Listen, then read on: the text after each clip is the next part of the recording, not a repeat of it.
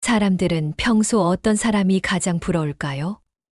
건강한 사람, 부부 사이가 좋은 사람, 자식들이 잘난 사람. 63세가 넘어 모임에 가면 어떤 사람이 가장 부러운지 아십니까? 젊은 시절에는 잘 몰랐습니다. 화려한 경력, 높은 지위, 멋진 외모를 가진 사람이 부러울 거라 생각했죠. 하지만 제가 63세를 넘기고 보니 진실은 달랐습니다. 모임에서 정말 부러운 사람은 알려드리기 전에 제 이야기부터 들려드리겠습니다. 시작하기 전 구독과 좋아요 부탁드립니다. 올해 73, 천안에 사는 저는 김미자입니다. 40년 넘게 평범한 직장 생활을 했습니다. 대기업도 아니었고 특별한 재능이 있었던 것도 아닙니다. 그저 성실하게 일했고 두 아이를 키웠습니다. 은퇴 후에는 특별히 대단한 것 없이 평범하게 살았습니다. 친구들 만나고 손주들 보고 가끔 복지관에 가는 그런 일상이었죠. 그런 제가 63세에 처음 노인 모임에 나갔을 때 한 분을 만났습니다. 그분의 미소에 담긴 비밀을 알고 나서 제 인생이 완전히 바뀌었습니다. 그날은 동네 복지관에서 열린 노인 취미 교실 첫날이었습니다. 안녕하세요. 저는 이번에 새로 오게 된 김미자입니다. 떨리는 마음으로 자기소개를 했습니다. 여러분들이 반갑게 맞아주셨지요. 그 중에 한 분이 유독 눈에 띄었습니다. 박정숙 씨 67세였습니다. 그녀는 다른 분들과 달랐습니다. 표정에서 묘한 여유로움이 느껴졌고 눈빛에는 걱정이라곤 찾아볼 수 없었습니다. 모든 사람들이 그녀의 말 한마디에 귀를 기울였고 그녀가 웃을 때면 주변도 함께 밝아지는 것 같았습니다. 뭐가 그렇게 다른 걸까? 처음엔 이해할 수 없었습니다. 하지만 그날 수업이 끝나고 그녀와 나눈 짧은 대화가 제 인생을 완전히 바꿔놓을 줄은 몰랐습니다. 오늘 처음 오셨죠? 어떠셨어요? 수업이 끝나고 물병을 정리하는데 박정숙 씨가 다가와 말을 걸었습니다. 부드러운 목소리였지만 어딘가 당당함이 느껴졌습니다. 네, 재미있었어요. 다들 친절하시고요. 다행이네요. 처음엔 다들 어색하죠. 저도 3년 전에 왔을 때는 그랬으니까요. 그녀의 말에 조금 안심이 되었습니다. 짐을 챙기는 그녀의 손목에 반짝이는 시계가 눈에 띄었습니다. 특별히 비싸 보이는 건 아니었지만 그녀에게 잘 어울렸습니다. 혹시 시간 되시면 차 한잔 하실래요? 이 근처에 괜찮은 찻집이 있어요. 뜻밖의 제안에 잠시 망설였지만 호기심이 이겼습니다. 그렇게 우리는 복지관 근처 조용한 찻집으로 향했습니다. 여기 녹차가 맛있어요. 매일 다른 곳에서 차를 마시는 게 제 작은 행복이랍니다. 그녀는 웃으며 차를 주문했습니다. 따뜻한 차를 앞에 두고 우리는 이야기를 나누기 시작했습니다. 처음엔 일상적인 대화였습니다. 가족 이야기, 취미 이야기, 건강 이야기. 미자 씨는 은퇴하신 지 오래되셨어요? 5년 정도 됐어요.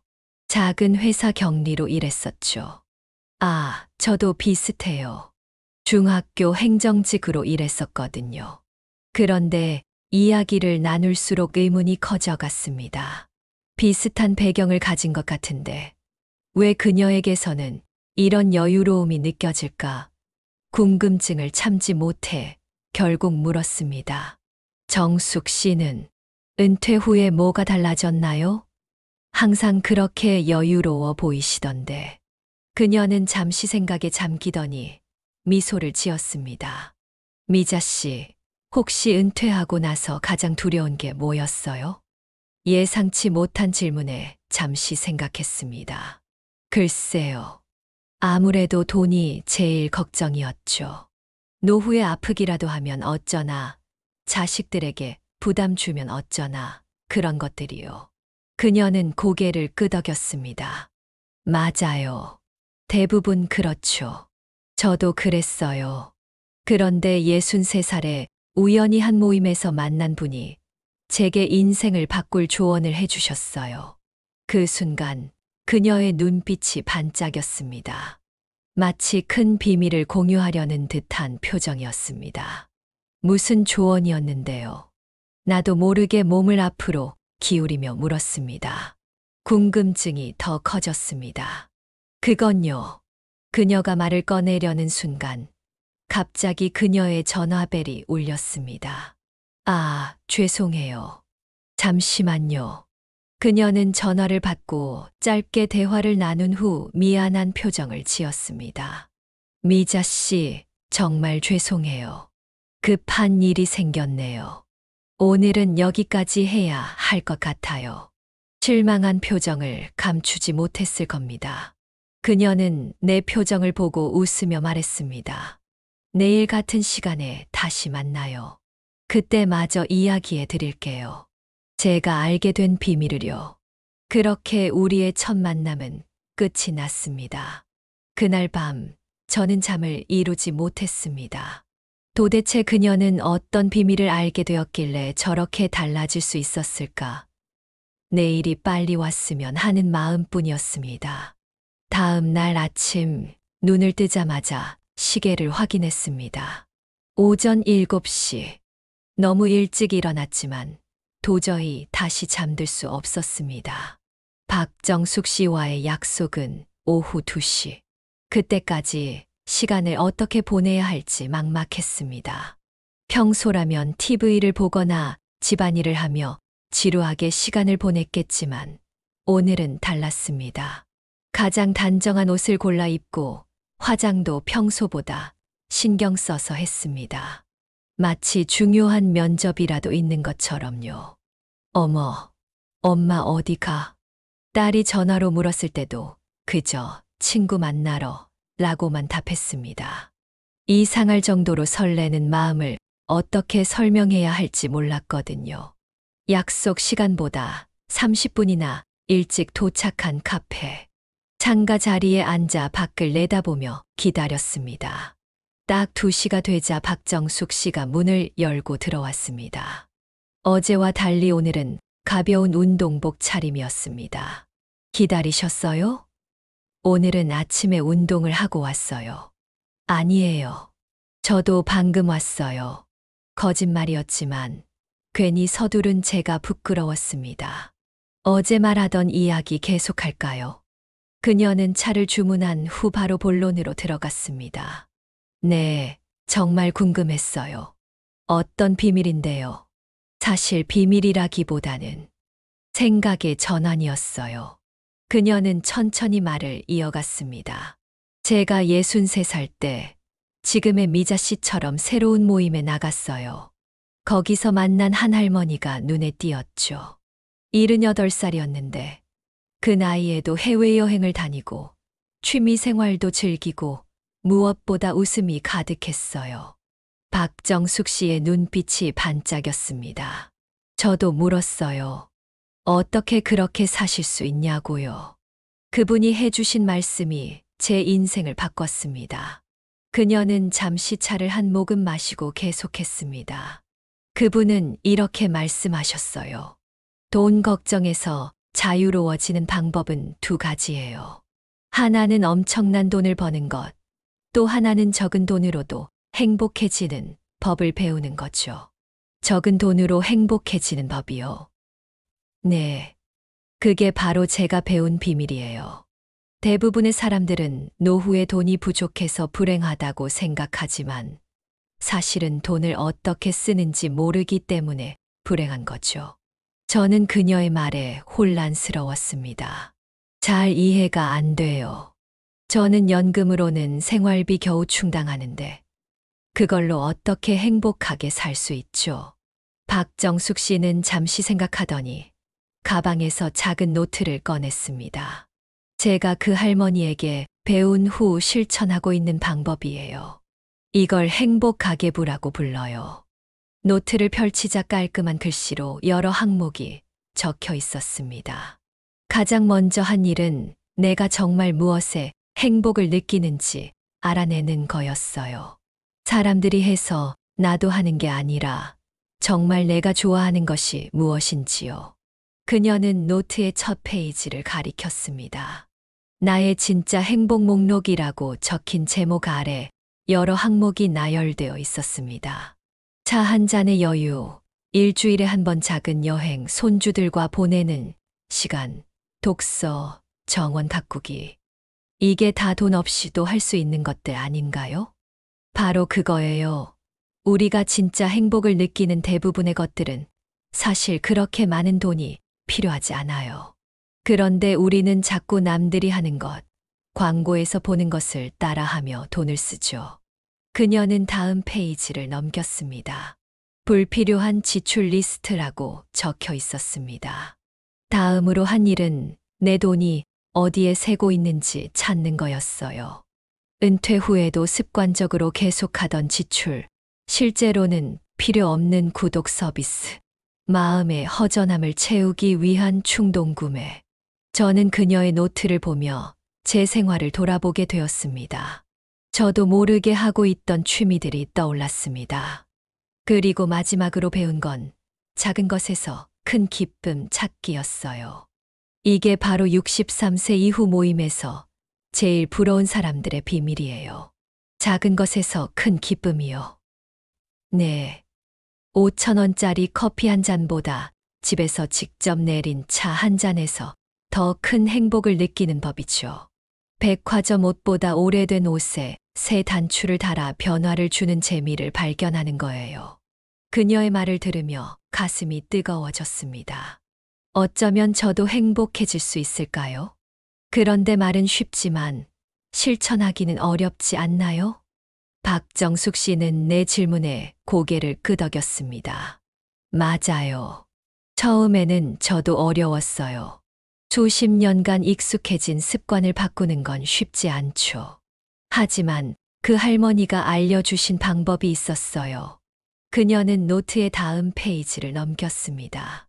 21일의 마법이라고 적혀 있었습니다. 습관을 바꾸려면 최소 21일이 필요하다고 해요. 저는 그 할머니의 조언대로 21일 동안 매일 작은 변화를 시도했어요. 처음에는 하루에 한 가지씩이요. 어떤 변화였나요? 첫째 날은 아침에 일어나서 오늘 내가 이미 가진 것들에 감사하기였어요. 둘째 날은 오늘 지출 전에 5분 생각하기.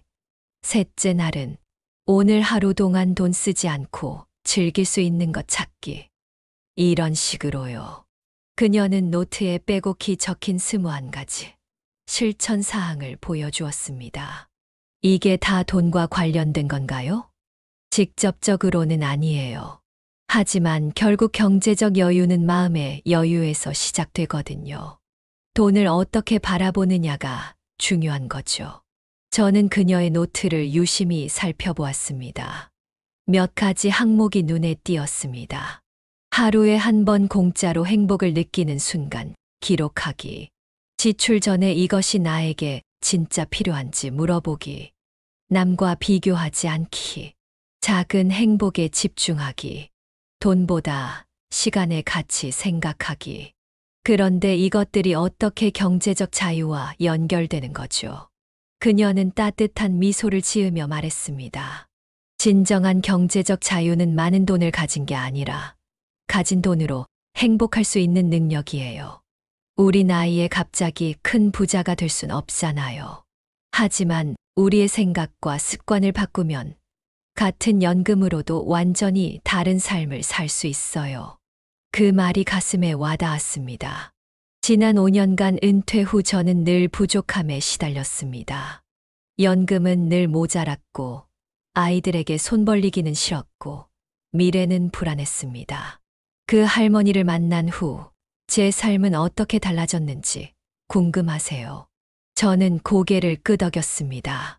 지난 4년간 연금은 그대로인데 저는 1년에 2번 여행을 갑니다. 취미 생활도 3가지나 즐기고 있고요. 무엇보다 중요한 건 밤에 돈 걱정으로 잠 못 이루는 일이 없어졌어요. 어떻게 그게 가능한가요? 욕심을 버리고 진짜 제게 중요한 것에만 집중했어요. 예를 들어, 예전에는 백화점에서 비싼 옷을 사곤 했는데, 지금은 동네 시장에서 값싼 옷을 사서 제 스타일로 수선해 입어요. 오히려 더 기분이 좋더라고요. 또 어떤 변화가 있었나요? 큰 변화 중 하나는 소비 습관이었어요. 예전에는 뭔가를 살 때 그저 갖고 싶다는 충동으로 샀어요. 지금은 이게 정말 내 행복에 도움이 될까를 항상 묻죠. 그녀는 계속해서 자신의 변화를 이야기했습니다. 외식 습관을 바꾸고 집에서 할 수 있는 취미를 개발하고 물건을 공유하는 모임에 참여하는 것까지 작은 변화들이 모여 큰 차이를 만들었다고 했습니다. 그리고 가장 중요한 변화는 마음가짐이었어요. 이제는 없는 것에 집중하지 않고 있는 것에 감사하게 되었죠. 그녀의 말 한마디 한마디가 제게 큰 울림으로 다가왔습니다. 그동안 저는 늘 부족함에 시달렸고 더 많은 돈만 있으면 행복할 거라 생각했습니다. 하지만 박정숙 씨의 이야기를 들으니 진짜 문제는 돈의 양이 아니라 제 마음가짐과 습관이었던 것 같았습니다. 지금부터라도 저도 시작해 볼 수 있을까요? 박정숙 씨는 밝게 웃으며 말했습니다. 물론이죠. 나이가 들수록 습관을 바꾸기 어렵다고 하지만 그래도 시작하는 데는 늦은 때가 없어요. 제가 도와드릴게요. 그날 오후 우리는 카페에서 거의 3시간을 보냈습니다. 그녀는 제게 노트 한 권을 선물하며 행복하게 부를 시작하는 방법을 알려주었습니다. 첫 번째 과제는 내가 진짜 좋아하는 것 10가지 찾기였습니다. 집에 돌아와 노트를 펼치자 왠지 모를 설렘이 느껴졌습니다. 마치 새로운 인생을 시작하는 것 같았거든요. 내가 진짜 좋아하는 것. 생각보다 이 질문에 답하기가 어려웠습니다. 남들이 좋다고 하니까 혹은 습관적으로 해온 것들이 아닌 진짜 제가 좋아하는 것을 찾는 일이었으니까요. 밤새 고민한 끝에 저는 10가지를 적었습니다. 리스트를 완성하고 보니 놀라웠습니다. 제가 진짜 행복을 느끼는 것들 대부분은 돈이 거의 들지 않는 것들이었거든요. 다음 날 아침 평소보다 일찍 일어나 리스트의 첫 번째 항목을 실천했습니다. 창가에 앉아 차 한 잔을 마시며 느긋하게 동네가 깨어나는 모습을 지켜봤죠. 새들이 지저귀고 동네 아주머니들이 하나둘 시장으로 향하는 모습이 보였습니다. 이전에는 그냥 스쳐 지나갔을 순간인데 오늘은 유독 특별하게 느껴졌습니다. 이게 다 공짜인데 혼잣말이 나왔습니다. 그동안 행복이 멀리 있다고 생각했는데 사실은 제 바로 곁에 있었던 거죠. 오전에 박정숙 씨에게 전화를 걸었습니다. 정숙 씨, 나 첫 번째 과제 했어요. 근데 신기해요. 내가 정말 좋아하는 게 뭔지 생각해 본 적이 별로 없었네요. 그렇죠. 우리는 다른 사람들이 좋다고 하는 것, 광고에서 행복해 보이는 것을 쫓느라 정작 자신이 무엇을 좋아하는지 잊고 살아요. 박정숙 씨는 제 두 번째 과제를 알려주었습니다. 불필요한 지출 찾아내기였습니다. 일주일 동안 모든 지출을 꼼꼼히 기록해 보세요. 크든 작든 상관없이요. 그리고 각 지출이 정말 나에게 필요한 것이었는지, 행복을 가져다 주었는지 평가해 보는 거예요. 그날부터 저는 지갑에 작은 메모지를 넣고 다니며 모든 지출을 기록했습니다. 1,000원짜리 커피부터 10,000원짜리 점심, 5,000원짜리 택시비까지. 아무리 작은 금액이라도 빠짐없이요. 일주일이 지나고 지출 내역을 살펴보니 놀라운 사실을 발견했습니다. 제 돈의 상당 부분이 습관적인 지출에 사용되고 있었어요. 매일 마시는 커피, 친구를 만날 때마다 가는 비싼 식당, 손주들에게 필요하지 않은 장난감을 사주는 것까지. 이게 다 필요한 지출이었을까? 곰곰이 생각해 보니 대부분은 그렇지 않았습니다. 커피는 집에서 타 마셔도 좋았고, 친구들과는 공원에서 만나 도시락을 나눠 먹어도 즐거웠을 거예요. 손주들은 사실 장난감보다 제가 함께 놀아주는 시간을 더 좋아했고요. 박정숙 씨와 두 번째 만남에서 저는 이 발견에 대해 이야기했습니다. 맞아요. 우리는 습관적으로 돈을 쓰며 살아요. 근데 그게 정말 행복을 주는 건지는 생각하지 않죠. 미자 씨, 이제 다음 단계로 가볼까요? 세 번째 과제는 작은 변화 시작하기였습니다. 불필요한 지출 중 하나를 골라 변화를 주는 것이었죠. 제가 선택한 것은 매일 사 먹던 커피였습니다. 한 달이면 9만 원이 넘는 금액이었어요. 집에 오래된 커피 머신이 있었는데 그동안 귀찮다는 이유로 사용하지 않았습니다. 내일부터는 집에서 커피를 내려 마셔야지. 결심은 했지만 막상 실천하려니 쉽지 않았습니다. 첫날 아침 습관적으로 카페 앞에 서 있는 제 모습을 발견했을 정도니까요. 하지만 박정숙 씨의 조언을 떠올리며 발걸음을 돌렸습니다. 일주일이 지나자 신기한 일이 일어났습니다.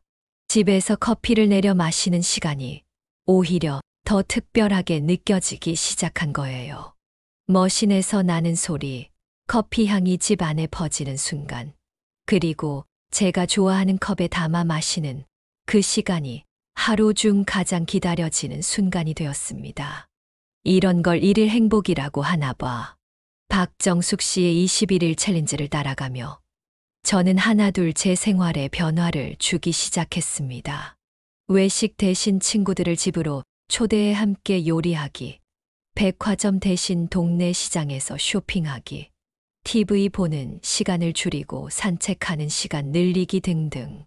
한 달이 지났을 때 제 통장에는 작지만 의미 있는 변화가 생겼습니다.